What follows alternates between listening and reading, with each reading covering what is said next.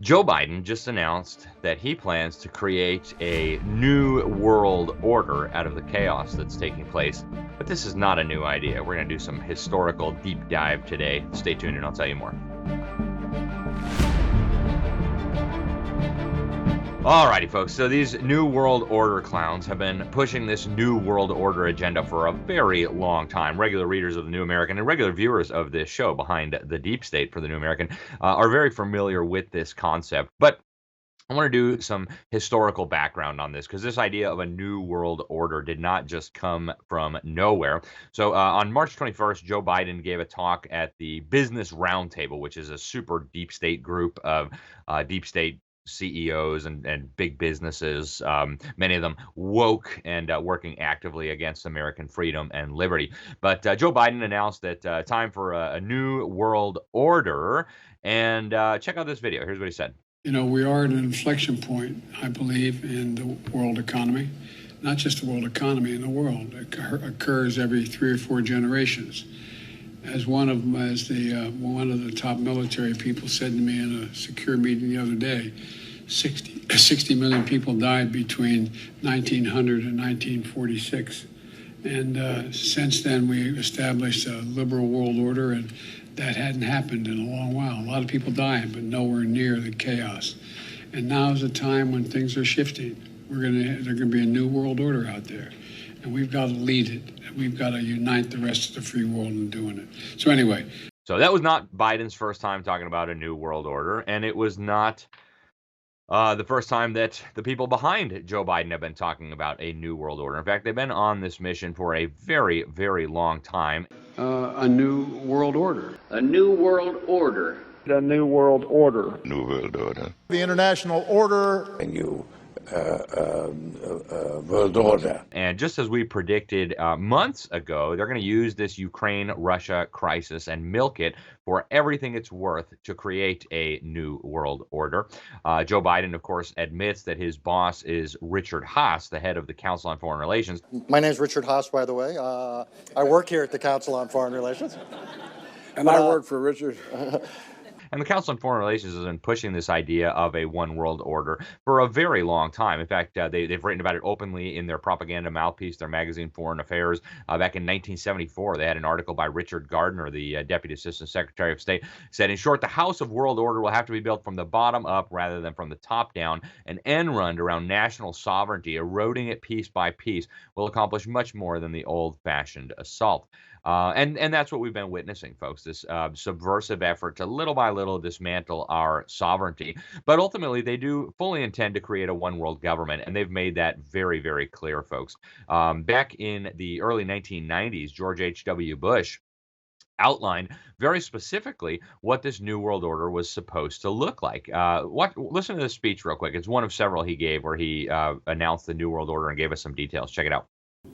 We have before us the opportunity to forge for ourselves and for future generations a new world order, a world where the rule of law, not the law of the jungle, governs the conduct of nations. When we are successful, and we will be, we have a real chance at this new world order, an order in which a credible United Nations can use its peacekeeping role to fulfill the promise and vision of the UN's founders. All right, so a new world order where a credible United Nations, oh, that's interesting. I didn't know the UN could be credible, but a credible UN is going to use its peacekeeping role. He's talking about their military forces to bring about the vision of the UN's founders. All that is very revealing. And notice he also talked about the rule of law is going to govern the conduct of nations. He's talking literally about global law, international law coming down from the UN. And when he talks about the peacekeeping role, he's talking about the military forces of the UN, the goobers with the blue helmets and the attack helicopters, literally famous around the world for raping women and children. Just in the last 10 years, according to the group Hear Their Cries, senior former UN officials, they estimate using the UN's own data that these UN troops, these peacekeeping forces, have raped and sexually abused over 60,000 women and children. Folks, these people are monsters. Why you would want to use the UN's peace troops to implement the vision of the UN's founders is beyond me, unless you're a psychopath. And we know something about the UN's founders as well, right? On one side of the table, you had Joseph Stalin, one of the worst mass murdering butchers in all of human history, a monster if there ever was one. He sent his chief minion, Mr. Molotov, the guy who signed that pact with Adolf Hitler, another barbarian monster. They signed that pact to cut up Europe. You get to enslave those, we get to enslave these, and we'll be one happy totalitarian family.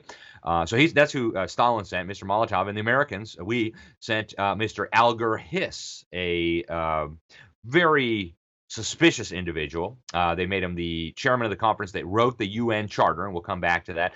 And then they made him the first Secretary General of the UN. And then we prosecuted him and put him in federal prison because we found out he was working as a spy, as an agent for Joseph Stalin. At the highest levels, the U.S. government was very clear, though, about what they wanted to do. There was, of course, the whole communist element. The one world order was supposed to be totalitarian. But one of the co-founders of the Council on Foreign Relations, another one of the lead architects of the UN, was John Foster Dulles, a globalist, ridiculous deep state character, and he helped write the UN Charter, and he wrote a book called War or Peace. It was published in 1950, where he said the UN represents not a final stage in the development of world order, but only a primitive stage. Therefore, its primary task is to create the conditions which will make possible a more highly developed organization. He goes on to say that I've never seen any proposal made for collective security with teeth in it, or for world government, or for world federation, which could not be carried out either by the United Nations or under the UN Charter. So, folks, very, very clearly, we are dealing with an attempt to create and establish a one world government. These people are, as I mentioned, not just interested in any kind of government. It's a totalitarian government. And if you listen carefully to the words that they are using, I think that comes through very, very clear. And this is not a partisan thing, right? It's been on both sides of the aisle. The Republican establishment and the Democrat establishment have been fully in favor of this. Here's Bill Clinton touting the New World Order vision of George H.W. Bush. Listen. Bush said, and it's a phrase that I often use myself, that we needed a new world order. Okay, and here's Biden talking about a new world order again. The affirmative task we have now is to actually create a new world order. And of course, even back in 1992, on April 23rd, Joe Biden wrote a piece for the Wall Street Journal called "How I Learned to Love the New World Order." Yes. How I Learned to Love the New World Order. Very true, folks. This is all true. And what he says is, why not breathe life into the UN Charter, right? Why not create a true global government out of the UN? Now, in his original speech that he did just recently, March 21st at the Business Roundtable, Biden suggested that America would lead the New World Order. I suggest to you that he is lying.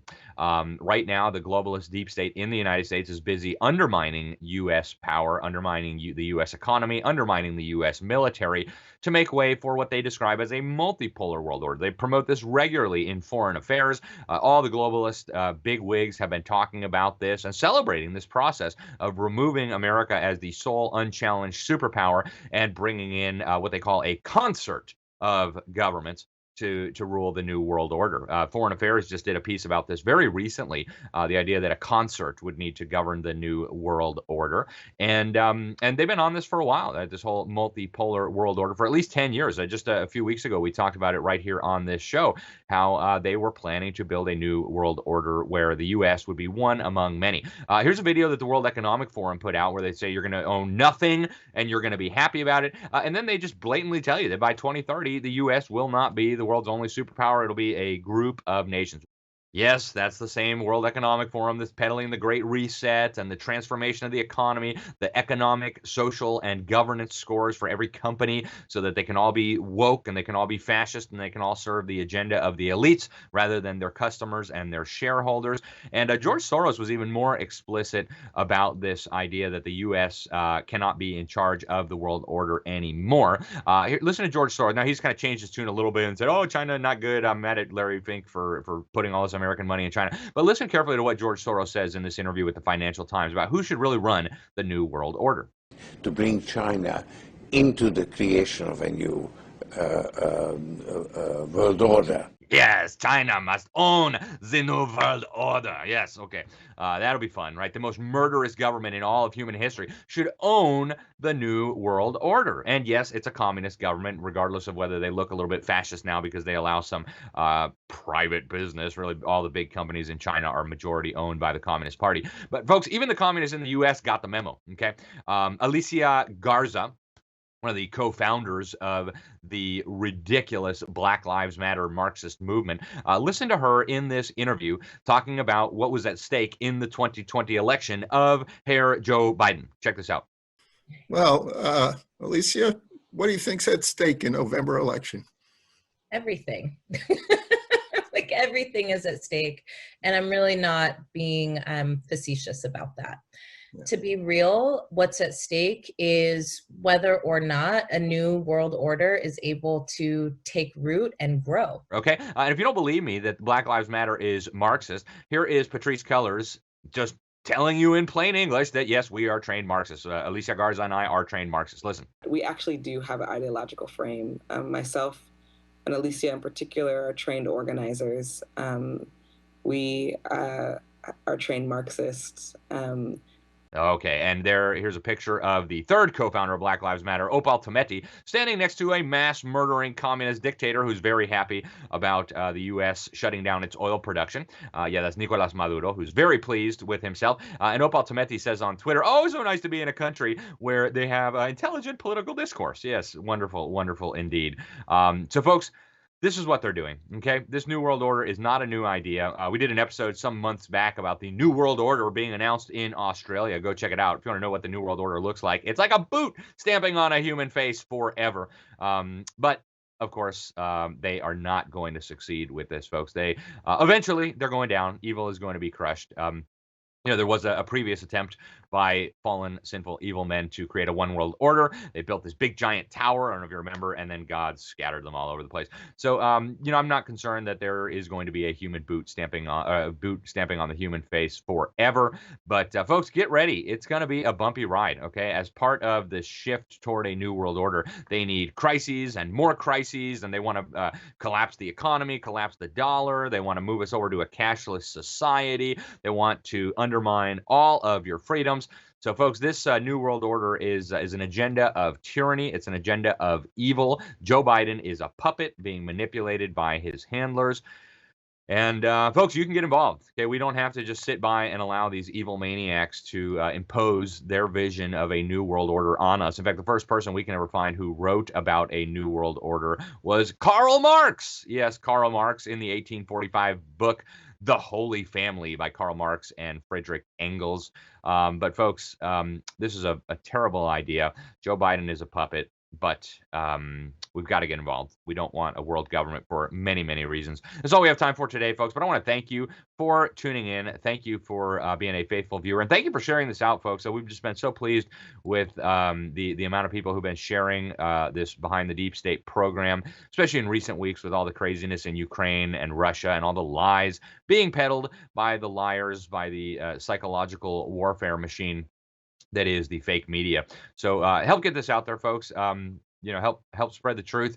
The fascist social media companies don't like us. They actually put little warnings anytime we mention New World Order. They put a fake thing from Wikipedia, the bastion of lies and left-wing extremism, that said New World Order is a conspiracy theory. Never mind the fact that all these world leaders are talking about it. It's just a conspiracy theory by radical right-wing extremists. All right, folks. If you believe that, you probably believe that giving up all your freedom will keep you safe from the Wuhan virus. Yeah. All right, folks, that's all we have time for today. I'm Alex Newman. This is Behind the Deep State. Thank you so much for tuning in. Until next week, God bless you all. If you enjoyed this video, please make sure to subscribe, hit like, hit that little bell so that you'll be notified whenever we post new videos. And also, please make sure to share this video with your friends. Email's a great way to do it. Remember, there are powerful forces working to steal our freedom and destroy our country. We need to work together, expose those behind the deep state. Otherwise, you can kiss your liberties goodbye.